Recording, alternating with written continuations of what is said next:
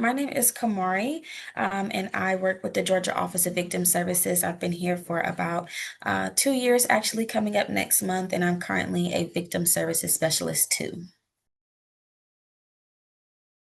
We mainly focus on really making sure that we notify and allow victims or really anyone that is interested in knowing about an offender and their case once that post conviction period starts once they're sentenced. Really make sure that they're notified and kept up to date on any movements regarding the case. We notify them about certain processes that include maybe work release or parole considerations. Essentially offering them a chance to write in any thoughts or maybe concerns they may have regarding those considerations, and we ensure that they are made available to the appropriate parties for when an offender and their case is being up for consideration. Really, all of the more so traditional types, our office is gearing more towards electronic notifications, being that it's 2025 and people don't really rely on postal mail as much, but there are still a lot of people who do. So we communicate by way of email, postal phones. We will also pick up the phone and call, or we will answer the phone. Just really any preferred method of communication that works best for each specific victim and their family. Basically just victims' rights. And I don't want it to sound like cliche in a way, but our office is really geared towards providing that post conviction support to victims and their families. And so, with the incorporation of Marsy's Law, we ensure that we are notifying these victims within a timely manner. We ensure that they are informed of their rights. If we do not have the ability to see any victims that we feel should be involved, we will attempt to get in contact with them to make sure that they are notified about the anything that's going on with the case, and also just to ensure that they know that it is within their right to be informed and to provide input regarding these cases with the offenders that they are direct victims of. A lot of these cases will really stick with you if you know that you are really trying to get in contact with someone.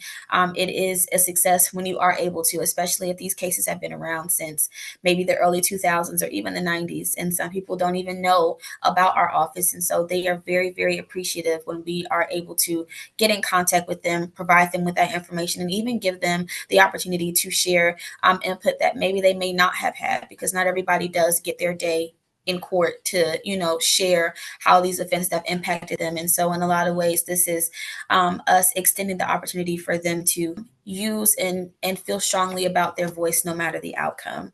And so a lot of these cases will definitely stick with me, like I said, but one of the biggest rewards is them understanding that while these conversations are really not easy to have, they really do appreciate us keeping them up to date, keeping them informed and notified, and also extending out our victim services resources that we may have for them even after an offender may be released. We are still there to help. And so the success or the reward or something that I take home with me every day is knowing that there's always somebody to help, even if it may not be your ideal definition of help. The work that we do every day is really we're the only office in the state of Georgia that's doing this. So the work that we do every day is very rewarding.